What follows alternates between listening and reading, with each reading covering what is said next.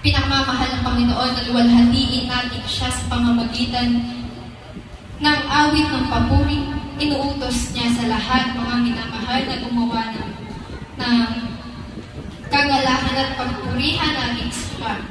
Sa pamamagitan ng mga makalangit na awit, palakpakan natin siya palakpakan natin ang ating mahal na Panginoon sa pamamagitan ng ating mga kamay at pagsasayaw.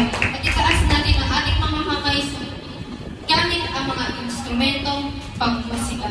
At ito ay nakasulat sa mga awit na Kabanata 100, versikulo 1 at 2. Magsaya kayo sa Panginoon, kayong lahat na lupain. Maglingkod sa Panginoon ng may kagalakan. Magsilapit kayo sa kanyang harapan na may pag-awit. Palakpakan po natin